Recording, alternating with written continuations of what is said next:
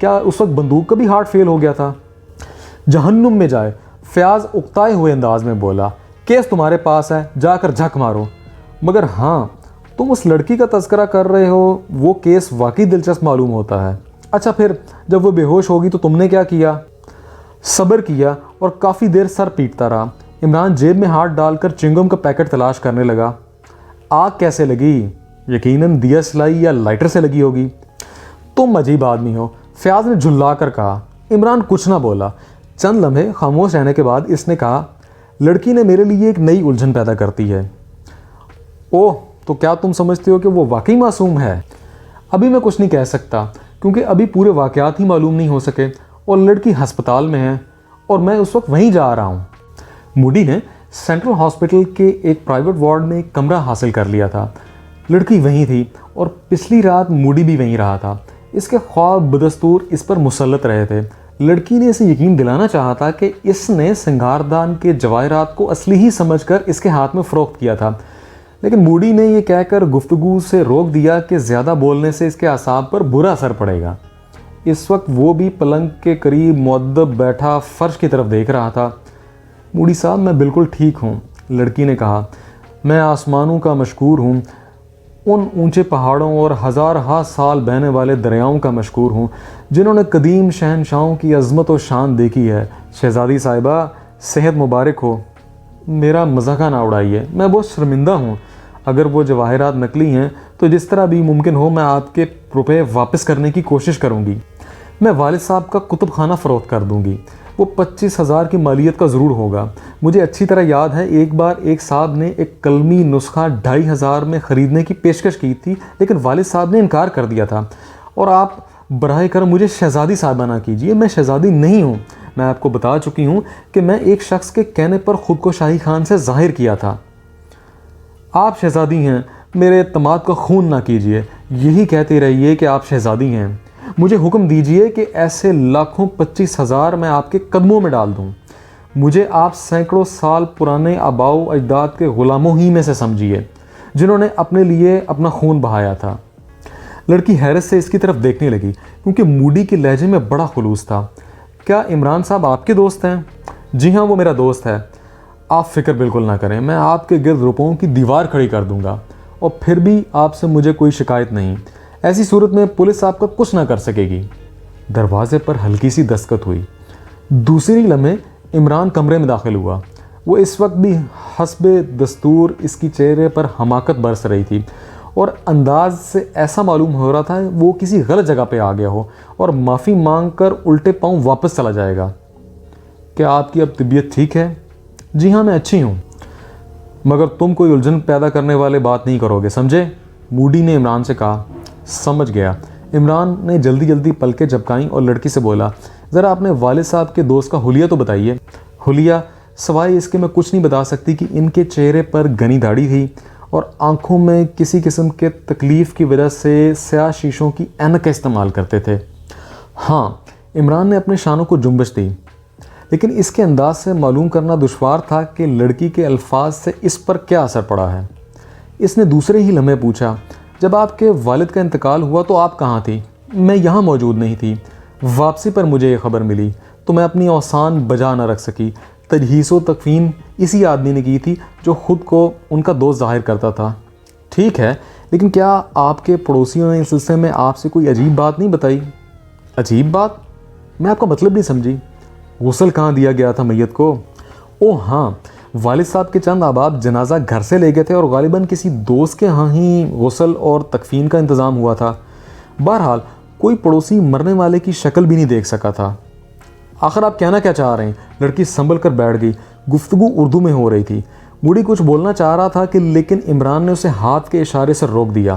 اچھا ہاں، عمران لڑکی کا سوال کا جواب دیے بغیر پوچھا، آپ نے 10 سال قبل کے ایک واقعے کا تذکرہ کیا تھا، کیا والد صاحب کی گمشدگی کا؟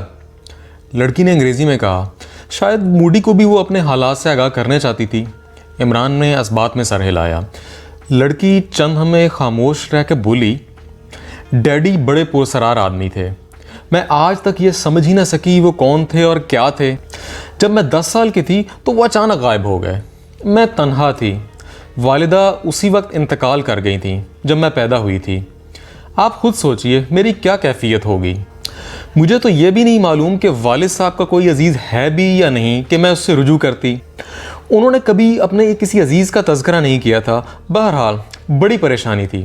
پڑوس میں عیسائیوں کا ایک غریب خاندان آباد تھا، اس نے بہت مدد کی، مجھے ایک مشن سکول میں داخل کرا دیا، ہر طرح سے میری دیکھ بھال کرتا رہا۔ میں مسز ہارڈی کو کبھی نہ بھولوں گی، وہ ایک عظیم عورت تھی جس نے میری خبرگیری ماؤں کی طرح کی، میرے اخراجات بھی اٹھائے اور مجھے کبھی اس بات پر مجبور نہیں کیا کہ میں عیسائی مذہب اختیار کر لوں۔ وہ تھوڑی دیر خاموش رہی، پھر بولی، 4 سال تک والد صاحب کی کوئی خبر نہ ملی، پھر اچانک وہ ایک دن آ گئے۔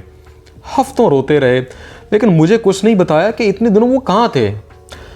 ہاں لیکن اتنا ضرور کہا کہ اب وہ کہیں نہیں جائیں گے۔ عمران نے پوچھا، پھر وہ کہیں نہیں گئے؟ نہیں، پھر وہ گھر سے باہر شاذ و نادر ہی نکلتے تھے۔ گمشدگی سے پہلے وہ تصویروں کے بلاکس بنانے کا کام کرتے تھے، واپسی پر یہ کام بھی ترک کر دیا، لیکن مجھے آج تک معلوم نہیں ہو سکا کہ بسر اوقات کا ذریعہ کیا تھا۔ بظاہر تو وہ کوئی کام نہیں کرتے تھے لیکن کبھی تنگ دستی نہیں ہوئی۔ اور وہ غالباً سنگار دان بھی اپنے ساتھ ہی لائے ہوں گے؟ عمران نے پوچھا۔ نہیں، میں اس کو بچپن سے دیکھتی آئی ہوں۔ اچھا، تو وہ تو بڑے پرسرار آدمی تھے، اس کی طاق میں کب سے لگے ہوئے تھے؟ والد صاحب کے انتقال سے ہی، اس سے پہلے کبھی کسی نے ادھر اس کا رخ ہی نہیں کیا تھا۔ عمران چند لمحے کچھ سوچتا رہا، پھر بولا، پچھلے 6 برس کے عرصے میں ان سے کون کون ملتا رہا تھا؟ کوئی نہیں، حتیٰ کہ پاس پڑوس والے بھی ان سے بات کرنا پسند نہیں کرتے تھے۔ آخر کیوں؟ کیا وہ بہت چڑچڑے تھے؟ ہرگز نہیں، وہ بہت ہی با اخلاق اور ملنسار تھے۔ انہوں نے کبھی کسی سے تیز لہجے میں گفتگو نہیں کی۔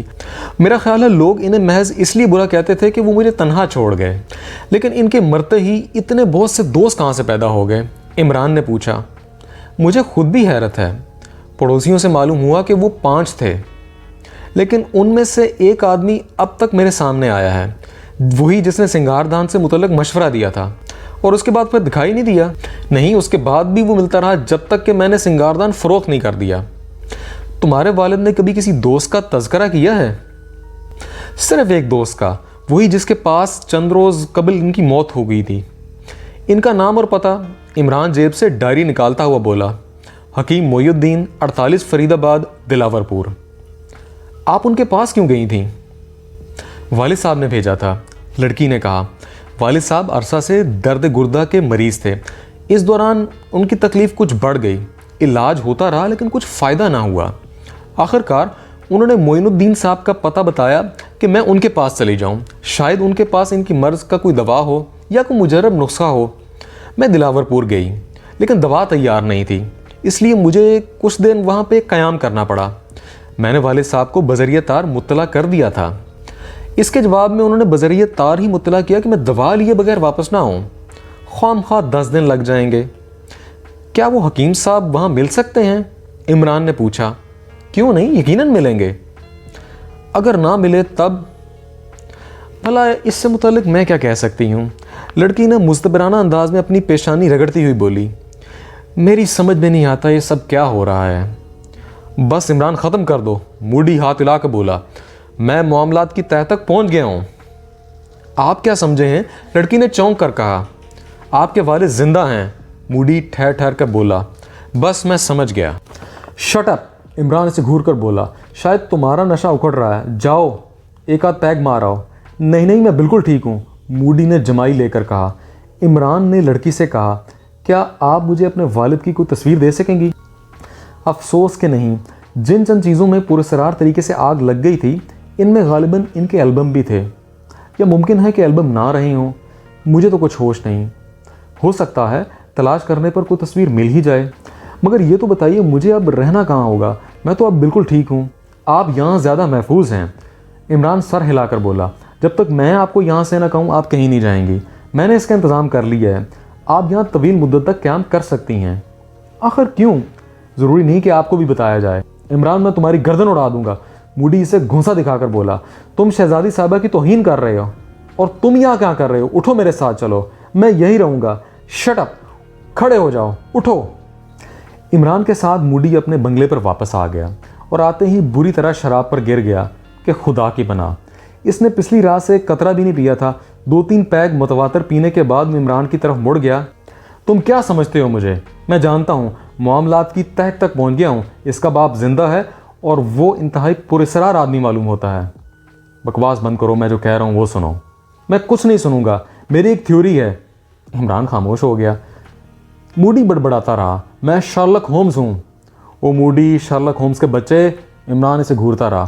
نہیں ڈاکٹر واٹسن, تم ان معاملات کو نہیں سمجھ سکتے. موڈی بڑبڑاتا ہوا ٹہلنے لگا. اتنے میں نوکر پائپ لے آیا. عمران صوفے کی پشت سے ٹیک لگا کر کچھ سوچنے لگا. موڈی پائپ سلگا کر اپنی گردن اکڑاتا ہوا بولا اور مڑا. وہ کسی شاہی خزانے کے وجود سے واقف ہے. میرے خیال میں اس کے پاس ایک نقشہ بھی موجود ہے. عمران بدستور آنکھیں بند کیے پڑا رہا. موڈی چند لمحے خاموش رہا, پھر بولا. آج سے 10 سال قبل یقیناً چند خطرناک آدمیوں نے اس کا پیچھا کیا ہوگا. بس وہ غائب ہو گیا. 4 سال بعد پھر واپس آیا. 6 سال تک سکون سے رہا. اس کے بعد کیا؟ وہ کچھ دوسرے لوگوں کے پیچھے پڑ گئے. اس بار اس نے اپنی موت کا ڈرامہ کھیلا. کیا سمجھے؟ ہاں کچھ نہیں سمجھے. تم لوگ دماغ کے بجائے معدہ استعمال کرتے ہو. اور اب اس سنگاردان کی داستان سنو. وہ غالباً اسی شاہی خزانے سے تعلق رکھتا ہے. خود اس کے باپ نے دشمنوں پر یہ ظاہر کرنے کے لیے. اور کیا ظاہر کرنے کے لیے؟ کیا ظاہر کرنے کے لیے؟ موڈی نے اپنی ہی پیشانی پر گھونسا مار لیا. چند لمحے خاموش رہا, پھر عمران کو جھنجھوڑ کر بولا. میں ابھی کیا کہہ رہا ہوں؟ عمران چونک کر آنکھیں کھول دیں. کیا ہے؟ اس نے جھلائے ہوئے لہجے میں پوچھا. میں کیا کہہ رہا ہوں؟ موڈی نے پھر اپنے سر پر 2-4 گھونسے جمائے. تم. عمران کھڑا ہو کر اسے چند لمحے گھورتا رہا, پھر گریبان پکڑ کر صوفے میں دھکیلتا ہوا بولا. جہنم میں جاؤ. اور دوسرے ہی لمحے وہ باہر جا چکا تھا. نواب ہاشم کو دوبارہ منظر عام پر آئے ہوئے تقریباً 1 ہفتہ گزر چکا تھا, اور حیرت انگیز واپسی کی شہرت نہ صرف پورے شہر بلکہ پورے ملک میں ہو چکی تھی. وہ اپنی نوعیت کا ایک ہی ہنگامہ تھا. محکمہ سراغ رسانی والوں کو سمجھ میں نہیں آ رہا تھا کہ وہ اس سلسلے میں کیا کریں. فی الحال ان کے سامنے صرف ایک ہی سوال تھا, وہ یہ کہ اگر یہ نواب ہاشم ہے, پر وہ آدمی کون تھا جس کی لاش 10 سال قبل نواب ہاشم کی خوابگاہ سے برآمد ہوئی تھی؟ کیپٹن فیاض عمران کو آج کل بہت مصروف دیکھ رہا تھا, لیکن عمران سے کسی بات کا گلو لینا آسان کام نہیں تھا. وہ ہر سال کا جواب ضرور دیتا تھا, لیکن جوابات کچھ اس قسم کے ہوتے تھے کہ سوال کرنے والا اپنا سر پیٹنے کا ارادہ کر رکھتا تھا, مگر اسے عملی جامہ پہنانا مسخرہ نہیں کہلانا چاہتا تھا. فیاض نے لاکھ کوشش کی, لیکن عمران سے کچھ معلوم نہ کر سکا. البتہ کچھ ایسے اشعار سننے پڑے جس کے پہلے مصرے عموماً مرزا غالب کے ہوتے تھے اور دوسرے ڈاکٹر اقبال کے. مثلاً ہے دل شوریدہ غالب طلسم پیچ و تاب, اور دوسرا مصرع وہ صبا رفتار شاہی استبل کی آبرور. عمران اس طرح کے جوڑ پیوند لگانے کا ماہر تھا.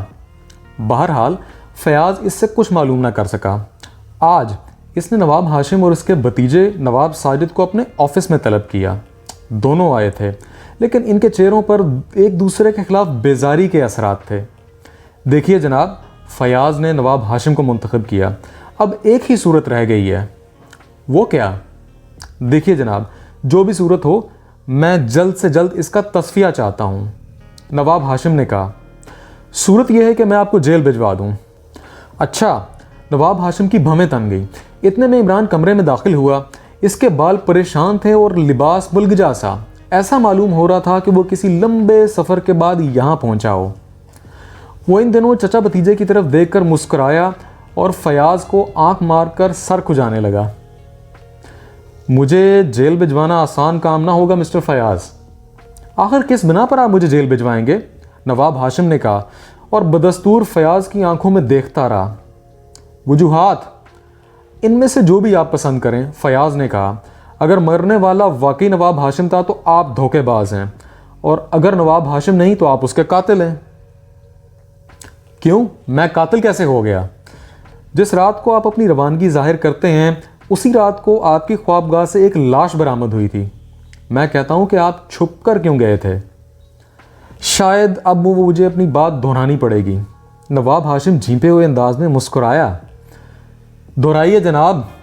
عمران ٹھنڈی سانس لے کے بولا. آپ کے معاملے نے تو میری عقل خبد کر دی ہے. نواب ہاشم چونک کر مڑا. شاید اسے عمران کی موجودگی کا علم نہیں ہوا. اوہو, تو کیا آپ یہیں سے تعلق رکھتے ہیں؟ آپ کچھ بتانے جا رہے تھے۔ فیاض نے اس کی توجہ اپنی طرف کی۔ جی ہاں، اب وہ بات بتانی ہی پڑے گی۔ آج سوچتا ہوں کہ وہ واقعہ کتنا معمولی تھا، لیکن اس وقت گویا مجھ پر جنون سوار تھا۔ اگر میں نے وہ چوٹ سہ لی ہوتی اور لوگوں کے ہنسنے کی پرواہ نہ کی ہوتی تو آج اس حالت کو نہ پہنچتا۔ خیر سنیے جناب، مگر نہیں، پہلے ایک سوال کا جواب دیجئے۔ دیکھیے بات کو خام خواہ طوالت نہ دیجئے، ہم بیکار آدمی نہیں ہیں، فیاض نے سگریٹ سلگاتے ہوئے کہا۔ نہیں میں اختصار سے کام لوں گا۔ اچھا صاف سنیے، مجھے ایک عورت سے عشق تھا، بظاہر وہ بھی مجھے چاہتی تھی۔ اس شہر کا ایک دوسرا رئیس بھی اس کے چکر میں تھا، لہٰذا ہم دونوں کی کشمکش نے اس واقعے کو سارے شہر میں مشہور کر دیا تھا۔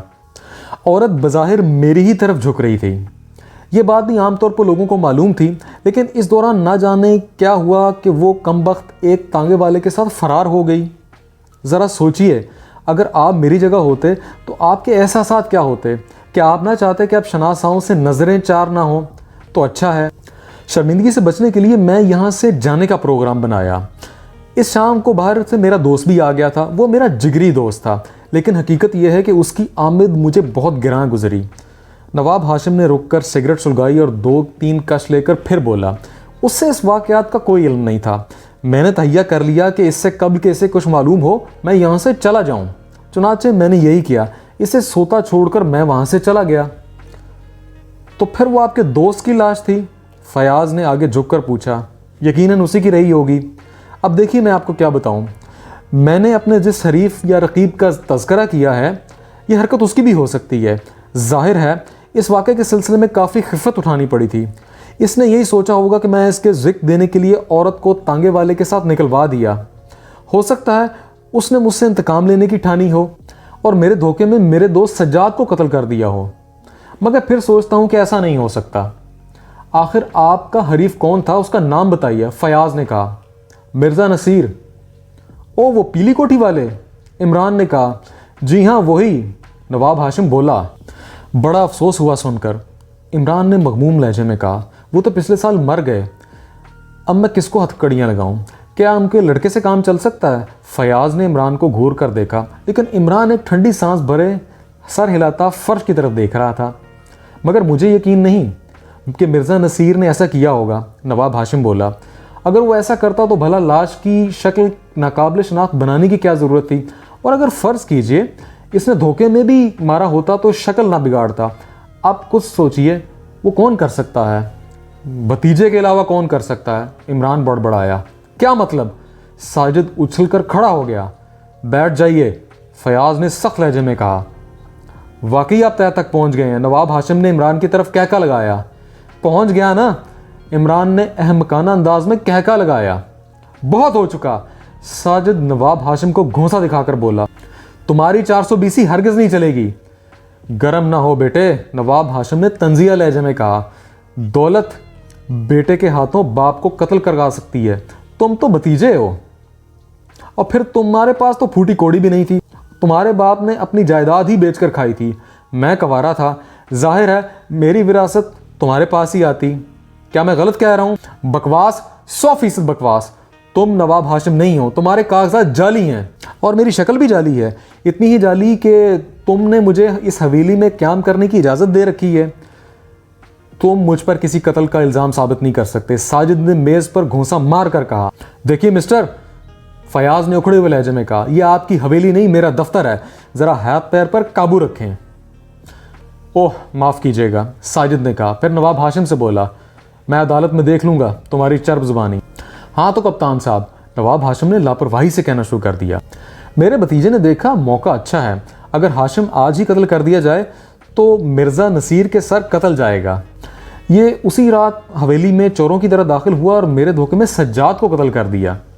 مجھے یقین ہے اس سے اپنی غلطی کا احساس فوراً ہی ہو گیا ہوگا، تبھی تو اس نے اس لاش کو ناقابل شناخت بنا دیا تھا۔ پہلے اس نے مجھے تلاش کیا ہوگا، جب میں نہ ملا ہوں گا تو اس نے مقتول کا چہرہ بگاڑ دیا ہوگا، اور پھر جناب یہ بتائیے کہ لاش کی شناخت کس نے کی تھی؟ انہی حضرت نے۔ فیاض نے ساجد کی طرف دیکھا۔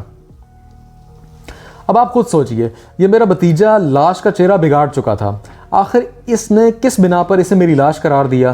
کیا اس لیے کہ مقتول کا جسم پر میرا لباس تھا؟ فیاض کچھ نہ بولا۔ اس کی نظر ساجد کے چہرے پر جمی ہوئی تھی، لیکن اس کے برخلاف عمران نواب ہاشم کو گھور رہا تھا۔ جواب دیجئے کپتان صاحب، نواب ہاشم نے پھر فیاض کو مخاطب کیا۔ کیوں جناب، آپ کس بنا پر پرانے نواب ہاشم کی لاش قرار دے رہے ہیں؟ فیاض نے ساجد سے پوچھا۔ ہاتھوں اور پیروں کی بنیاد پر، ساجد اپنی پیشانی سے پسینہ پونچھتا ہوا بولا۔ اس کے چہرے پر گھبراہٹ کے اثرار تھے۔ ہاں ہاں کیوں نہیں، چہرہ تو پہلے ہی بگاڑ دیا تھا، اور اس لیے بگاڑا تھا کہ تمہاری شناخت پولیس کے لیے حرف آخر ثابت ہو۔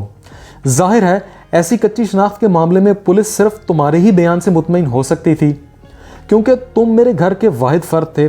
ساجد کچھ نہ بولا، وہ اس انداز سے نواب ہاشم کو گھور رہا تھا جیسے موقع ملتا ہی اسے غلط دبوچ دے گا۔ ہاں مسٹر ساجد، آپ اپنی صفائی میں کیا کہتے ہیں؟ فیاض نے سخت لہجے میں کہا۔ میں اب ہر بات کا جواب اپنی وکیل کی موجودگی میں ہی دوں گا، ساجد بولا۔ یہی چاہیے برخوردار، نواب ہاشم نے طنزیہ لہجے میں کہا۔ میں تم سے گفتگو نہیں کر رہا، اور ہاں اب تم میری حویلی میں نہیں آؤ گے، سمجھے؟ اگر تم نے ادھر کا رخ بھی کیا تو نتیجے کے ذمہ دار تم خود ہوگے۔ نہیں ایسا نہیں ہو سکتا، عمران بول پڑا۔ آپ دونوں سمجھوتا کر لیجئے، چین سے مل جل کر اسی کوٹھی میں رہیے۔ مجھے افسوس ہے کہ نہ میرے لیے کوئی بھتیجا ہے اور نہ چچا، ورنہ میں دنیا کو دکھا دیتا کہ چچا اور بھتیجے کس طرح یک جان دو قالب ہیں۔ نہیں باقل، ہاں بک رہا ہوں میں 100 پر فیاض۔ کیا محاورہ ہے، ایک جان دو قالب؟ ہاں ہاں، قالب ایک جان، قالب، واہ بھائی۔ بھلا ان کے آپس کے سمجھوتے سے کیا بنے گا؟ وہ لاش تو بہرحال درمیان میں حائل رہے گی، فیاض بولا۔ ارے یار چھوڑو یار، عمران نے سنجیدگی سے کہا۔ یہ کہاں کا انصاف ہے کہ ایک مردہ آدمی کے لیے چچا بھتیجوں میں ناچاکی ہو؟ بھلا وہ لاش کس کام آئے گی؟ اچھا آپ یہاں سے تشریف لے جائیے، فیاض نے منہ بگاڑ کر انتہائی خشک لہجے میں کہا، لیکن عمران پر اس کا ذرہ برابر بھی اثر نہ ہوا۔ اس نے مسکرا کر کہا، میں یہ ثابت کر سکتا ہوں کہ اس قتل کا تعلق مرزا نصیر سے ہی تھا۔ کیوں فیاض صاحب، جو بات نواب ہاشم اپنے بھتیجے کے متعلق سوچ رہے ہیں، کیا وہی مرزا نصیر کے ذہن میں نہ آئی ہوگی؟ کون سی بات؟ یہی کہ لاش کا چہرہ بگاڑ دینے سے خیال ساجد کی طرف جائے گا۔ یہ بات کہی آپ نے۔ ساجد اچھل پڑا اور فیاض سے بولا، اب اس کا آپ کے پاس کیا جواب ہے؟ وہ ختم کیجئے، عمران نے ہاتھ اٹھا کر بولا۔ بس کیجئے، آپ دونوں حویلی میں ہی رہیں گے، مقصد اور کچھ نہیں، بس اتنا ہی ہے کہ میرے آدمیوں کو تکلیف نہ ہو۔ میں سمجھا نہیں، نواب ہاشم نے کہا۔ میرے آدمی آپ دونوں کی نگرانی کرتے رہیں گے۔ اگر آپ میں سے کوئی ایک دوسری جگہ چلا گیا تو میری نگرانی کرنے والوں کی تعداد میں اضافہ کرنا پڑے گا۔ فیاض نے عمران کو گھور کر دیکھا، غالباً وہ سوچ رہا تھا کہ عمران کو نگرانی کے متعلق کہنا نہیں چاہیے تھا۔ ساجد اور نواب ہاشم حیرت سے منہ کھولے عمران کی طرف دیکھ رہے تھے۔ بس آپ لوگ تشریف لے جائیے، عمران نے ان سے کہا۔ جس نے بھی حویلی کی سکونت ترک کی اس کو ہتھکڑیاں لگ جائیں گی۔ آپ نہ جانے کیسی باتیں کر رہے ہیں، ساجد بولا۔ چپڑاسی، عمران نے میز پر رکھی ہوئی گھنٹی پر ہاتھ مارتے ہوئے صدا لگائی، انداز بالکل بھیک مانگنے کا سا تھا۔ اچھا اچھی بات ہے، نواب ہاشم اٹھتا ہوا بولا۔ میں حویلی سے نہیں ہٹوں گا، لیکن میری زندگی کی حفاظت آپ کی ذمہ داری ہے۔ فکر نہ کیجیے، قبر تک ذمہ داری لینے کے لیے تیار ہوں، عمران نے سنجیدگی سے کہا۔ وہ دونوں چلے گئے اور فیاض عمران کو گھورتا رہا۔ تم بالکل گدھے ہو، اس نے کہا۔ نہیں، میں دوسری برانچ کا آدمی ہوں، یہاں میرے سپرنٹینڈنٹ نہیں ہوتے۔ تم نے انہیں نگرانی کے متعلق کیوں بتایا؟ اب تو وہ ہوشیار ہو جائیں گے۔ احمق بننے کے چکر میں بعض اوقات سچ مچ حماقت کر بیٹھتے ہو۔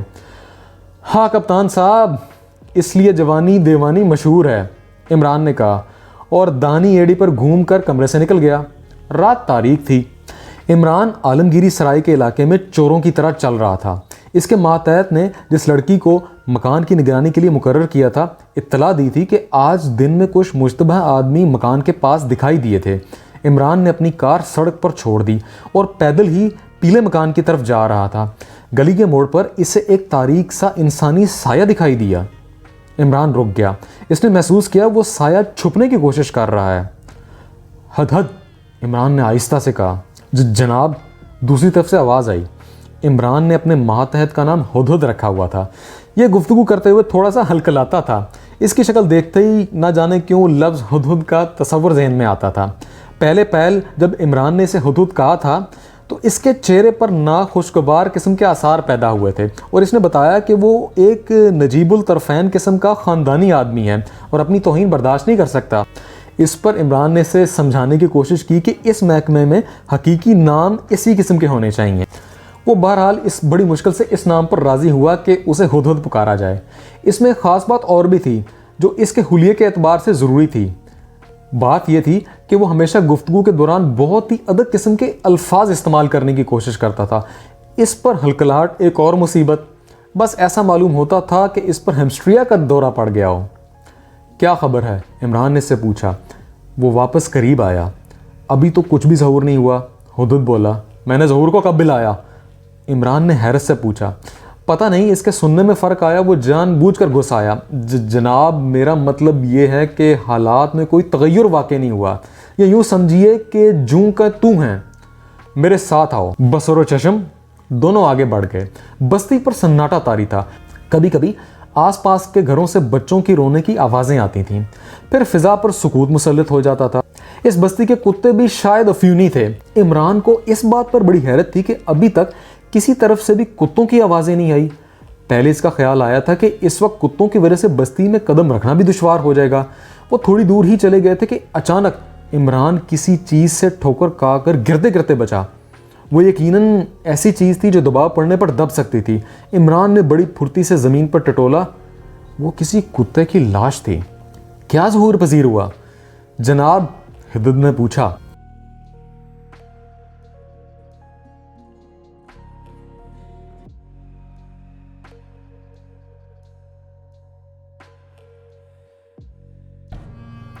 Like, comment, share, press the bell icon.